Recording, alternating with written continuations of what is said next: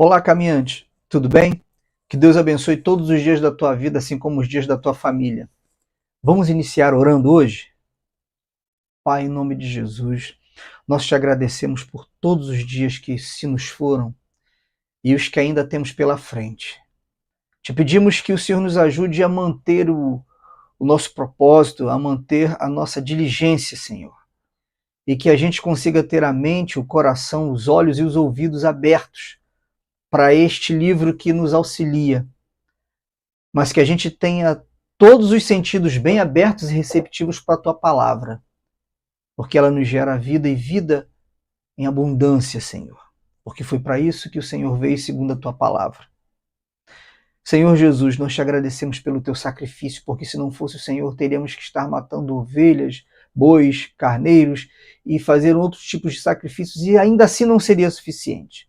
Obrigado porque o Senhor foi o sacrifício definitivo.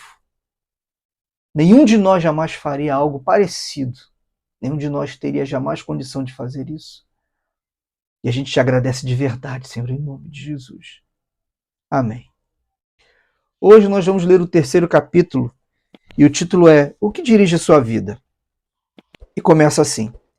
Percebi que o que faz os homens correrem atrás do sucesso é a inveja. Eclesiastes 4:4. O homem sem propósitos é como um barco sem leme, um vira-lata, um nada, um ninguém. Thomas Carlyle. A vida de todo indivíduo é dirigida por algo. A maioria dos dicionários define o verbo dirigir como guiar, controlar, direcionar. Se você está dirigindo um carro, batendo um prego ou rolando uma bola de golfe, estará naquele momento guiando, controlando e direcionando. Qual é a força motriz que dirige a sua vida? Neste exato momento, é possível que um problema, uma urgência ou um fim de prazo determinado esteja dirigindo você. É possível que uma lembrança dolorosa, um temor, uma crença inconsciente também o estejam dirigindo. Centenas de circunstâncias, valores e emoções podem dirigir sua vida. Eis aqui 5 dos mais comuns. Muitos são dirigidos pela culpa. Algumas pessoas passam a vida inteira fugindo do remorso e ocultando a vergonha. Dirigidas pela culpa, são manipuladas pelas lembranças, permitem que o passado controle o futuro e frequentemente punem-se a si mesmas, sabotando o próprio sucesso. Quando Caim pecou, sua culpa afastou-o da presença de Deus, que disse: "Você será um fugitivo errante pelo mundo." Esse quadro descreve a maioria das pessoas hoje em dia, a andar pela vida sem propósito. Somos produto de nosso passado, mas não precisamos ser prisioneiros dele. O propósito de Deus não é restringido pelo nosso passado. Ele tornou um assassino chamado Moisés num líder e um covarde chamado Gideão num corajoso herói. E também pode fazer coisas maravilhosas com o restante de sua vida. Deus é especialista em dar às pessoas um novo começo. A Bíblia diz: "Como é feliz o homem que tem suas desobediências perdoadas e seus pecados cobertos." Muitos são dirigidos pelo ressentimento e pela raiva.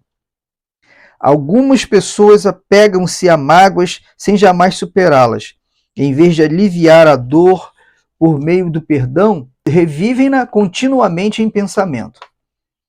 Quando dirigidas pelo ressentimento, calam-se, interiorizam a raiva, enquanto outras se irritam e agridem outros. Ambas as reações são nocivas e inúteis. O ressentimento sempre machuca mais o ofendido que a pessoa que o ofendeu. Enquanto o ofensor provavelmente já esqueceu o insulto e seguiu em frente, você continua angustiado em sua dor, perpetuando o que aconteceu. Ouça, aqueles que o magoaram no passado não poderão continuar a feri-lo a menos que você se agarre à dor por meio do ressentimento. O que passou, passou. Nada pode mudar o passado. Você apenas se machuca com a amargura. Para o próprio bem, aprenda com o passado e então esqueça. A Bíblia diz: ficar desgostoso e amargurado é loucura, é falta de juízo, que leva à morte. Muitos são dirigidos pelo medo. Seus temores provavelmente resultam de experiências traumáticas e de expectativas fantasiosas do crescimento num lar extremamente severo ou mesmo de predisposição genética. Independentemente do que tenha causado tal situação, pessoas dirigidas pelo medo com frequência perdem grandes oportunidades por terem medo de correr riscos. Em vez disso, comportam-se de maneira cautelosa, evitando arriscar-se e tentando manter o status quo. O medo é encarceramento voluntário, o que o impedirá de se tornar no que Deus pretende que você seja. Você deve agir contra isso com as armas da fé e do amor. A Bíblia diz: no amor não há medo. Ao contrário, o perfeito amor expulsa o medo, porque o medo supõe castigo. Aquele que tem medo não está aperfeiçoado no amor. Muitos são dirigidos pelo materialismo. O desejo de adquirir é o único objetivo na vida de algumas pessoas. O impulso de sempre querer mais baseia-se na concepção equivocada de que possuir mais me tornará mais feliz, mais importante e mais protegido. Contudo, são 3 expectativas falsas. Bens materiais trazem felicidade apenas temporária. A situação de constante tranquilidade acaba gerando tédio, e então passamos a desejar novidades, coisas maiores e melhores. Também é um mito a concepção de que quanto mais bens adquirir, mais importante serei. Autoestima e riquezas materiais não são sinônimos. Nosso valor não é determinado por nossas posses, e Deus deixa claro que as coisas mais valiosas da vida não são os bens materiais. O mito mais comum a respeito do dinheiro é o de que quanto mais dinheiro se tem, mais protegido se está. Isso não é verdade. Riquezas podem ser perdidas num piscar de olhos por uma quantidade considerável de fatores que fogem do nosso controle. A verdadeira segurança só pode ser encontrada naquilo que jamais poderá ser tomado de você: seu relacionamento com Deus. Muitos são dirigidos pela necessidade de aprovação. Algumas pessoas permitem que expectativas alheias de pais, esposa, filhos, professores ou amigos controlem sua vida. Muitos adultos ainda tentam ganhar a aprovação de pais que nunca estão satisfeitos. Outros são dirigidos pela pressão social, que sempre preocupados com o que os outros podem pensar. Infelizmente, os que seguem a multidão quase sempre acabam perdidos nela. Não conheço todas as chaves do sucesso, mas uma chave para o fracasso é tentar satisfazer a todos. Ser controlado pela opinião dos outros é uma forma segura de jamais atingir os propósitos de Deus para a sua vida. Jesus disse: ninguém pode servir a 2 senhores.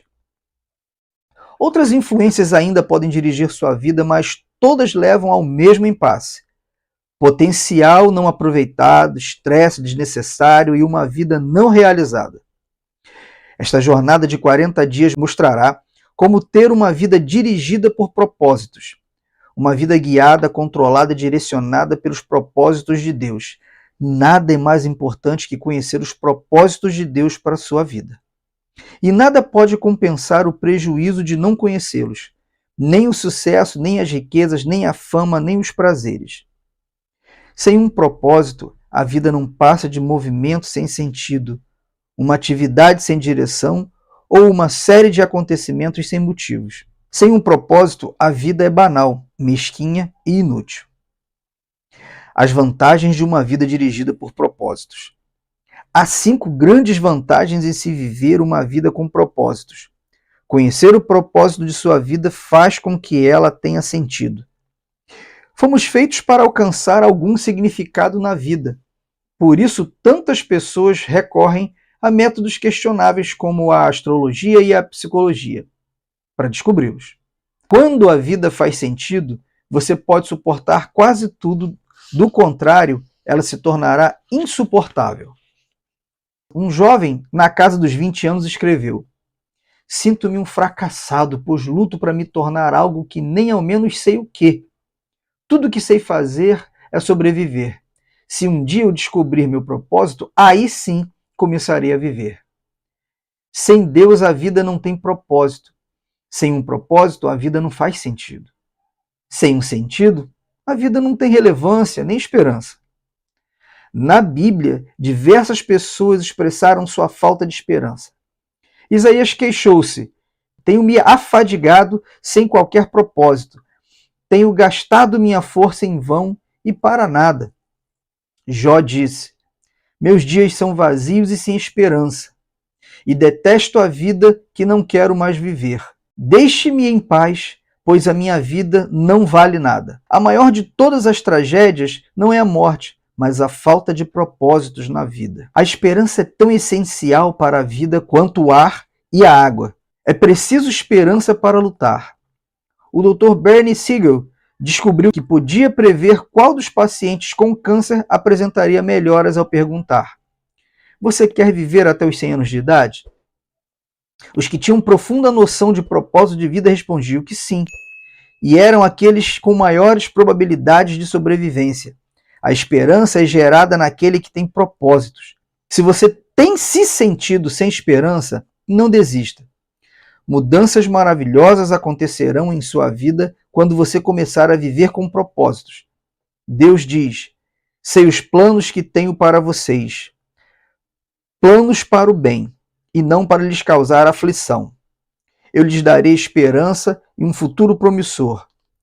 Talvez você esteja com a sensação de estar enfrentando um problema insolúvel, mas a Bíblia diz: Deus é capaz de fazer muito mais do que nós jamais ousaríamos pedir ou mesmo imaginar, infinitamente além de nossas mais sublimes orações, anseios, pensamentos ou esperanças. Conhecer seu propósito simplifica a vida. Ele define o que você faz e o que não faz. O propósito é o padrão pelo qual você avalia suas ações para saber as que são essenciais e as que não são. Basta perguntar: essa ação me ajudará a cumprir o propósito de Deus para a minha vida? Sem um propósito claro, ficamos sem alicerce para fundamentar as decisões, dividir o tempo e empregar os recursos. A tendência será tomar decisões com base nas circunstâncias, nas pressões do momento ou nas variações de humor. Quem não conhece seu propósito exagera nas atividades, e isso causa estresse, fadiga e conflitos. É impossível fazer tudo o que as pessoas querem que você faça. Seu tempo é suficiente apenas para fazer a vontade de Deus. Se não consegue realizá-la por completo, significa que está tentando fazer mais do que Deus pretendia que fizesse. Ou, possivelmente, está assistindo muito a programas de televisão. Uma vida dirigida por propósito conduz-nos a um estilo de vida mais simples e a uma agenda mais equilibrada. A Bíblia diz: a vida cheia de ostentação e pretensiosa é uma vida vazia. A vida despretensiosa e modesta é uma vida plena. Isso também leva à paz de espírito. Tu, ó Senhor, dás paz e prosperidade às pessoas que têm uma fé firme, às pessoas que confiam em Ti. Conhecer seu propósito ajuda a estabelecer prioridades. Isso faz com que esforços e energias se concentrem no que é importante. Você se torna eficiente ao ser seletivo. Faz parte da natureza humana distrair-se com assuntos de menor importância. Fazemos de nossa vida um jogo.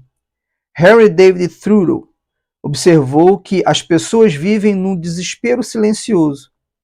Mas hoje, uma melhor descrição seria distração sem objetivos. Muitas pessoas são como giroscópios, rodopiando num ritmo frenético sem jamais chegar a lugar algum.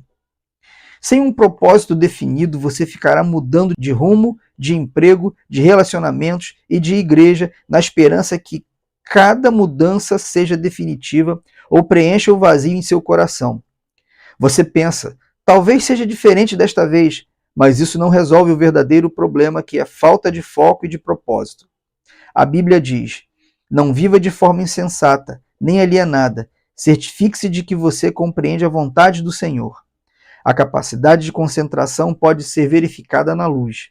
A luz difusa tem impacto e energia reduzidos mas você pode concentrar o foco com uma lente de aumento. Os raios podem ser concentrados a ponto de atear fogo à grama ou a um pedaço de papel. Quando a convergência da luz é maior, como o raio laser, ela pode até cortar o aço. Não há nada tão poderoso quanto uma vida direcionada, isto é, vivida com um propósito. Os homens e as mulheres que mais influenciaram a história estavam concentrados numa direção. O apóstolo Paulo, por exemplo, difundiu o cristianismo no Império Romano praticamente sozinho. Seu segredo era uma vida direcionada. Ele disse: estou concentrando minhas energias unicamente nisto. Esquecer o que já passou e avançar para o que está à minha frente. Se você quer que sua vida cause impacto, dê-lhe uma direção. Pare de andar em círculos. Pare de tentar fazer de tudo. Faça menos. Elimine até mesmo as boas atividades, concentrando-se apenas no que for mais importante. Jamais confunda atividade com produtividade. Você pode estar ocupado sem ter um propósito. Mas para quê? Paulo disse: aqueles de nós que almejam tudo o que Deus tem para nós, permaneçam concentrados nesse alvo. Conhecer seu propósito traz motivação. O propósito sempre produz entusiasmo. Nada mais estimulante que um propósito claro. No entanto, a paixão se esvai quando falta propósito. Até mesmo levantar-se da cama se torna um fardo. Normalmente é o trabalho sem sentido que nos esgota, consome nossa força e nos rouba o prazer, e não o excesso de trabalho. George Bernard Shaw escreveu: esta é a verdadeira alegria da vida, ser usado para um propósito reconhecido por você mesmo como grandioso. Ser uma força da natureza em vez de um amontoado inconsciente e egoísta de ressentimentos e lamentações, sempre reclamando que o mundo não se esforça para torná-lo feliz. Conhecer seu propósito irá prepará-lo para a eternidade. Muita gente passa a vida tentando criar um legado. Tais pessoas querem ser lembradas depois que partirem. Entretanto, o que, em última análise, mais importa não é o que os outros dizem sobre sua vida, mas o que Deus diz. O que as pessoas não percebem é que todas as realizações acabam sendo superadas, recordes são quebrados, reputações não subsistem e homenagens são esquecidas. Na faculdade, a meta de James Dobson era ser o campeão de tênis da instituição. Ele sentiu-se orgulhoso quando viu sua taça exposta num local de destaque na sala de troféus da faculdade. Anos mais tarde, alguém lhe enviou o troféu pelo correio.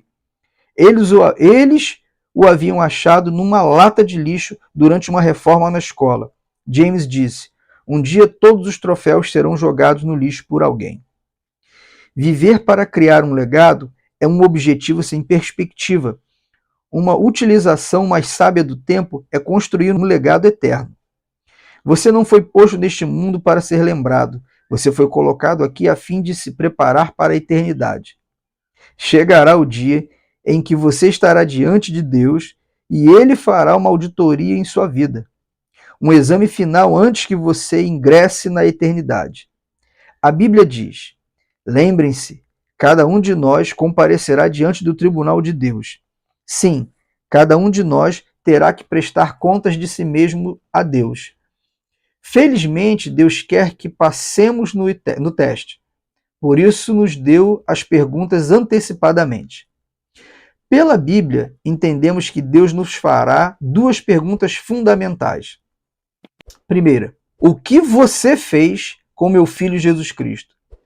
Deus não irá perguntar sobre sua formação religiosa ou visão doutrinária. O único ponto importante será: você aceitou o que Jesus fez por você? Aprendeu a amá-lo e a confiar nele? Jesus disse: eu sou o caminho, a verdade e a vida. Ninguém vem ao Pai a não ser por mim. Segunda, o que você fez com o que eu lhe dei? Isto é, o que você fez com sua vida? Dádivas, talentos, oportunidades, energia, relacionamentos e recursos, enfim, tudo o que Deus lhe deu.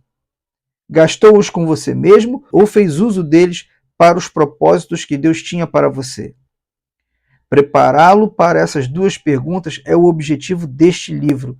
A primeira irá determinar onde você passará a eternidade. A segunda determinará o que você fará na eternidade. Ao terminar este livro, você estará pronto para responder a essas duas perguntas. Terceiro dia, pensando sobre meu propósito de vida. Um tema para reflexão. Viver com um propósito é caminho para a paz. Um versículo para memorizar. Tu, ó Senhor, dás paz e prosperidade às pessoas que têm uma fé firme, às pessoas que confiam em ti. Isaías 26:3. Uma pergunta para meditar. É a opinião de minha família e de meus amigos que orientam minha vida?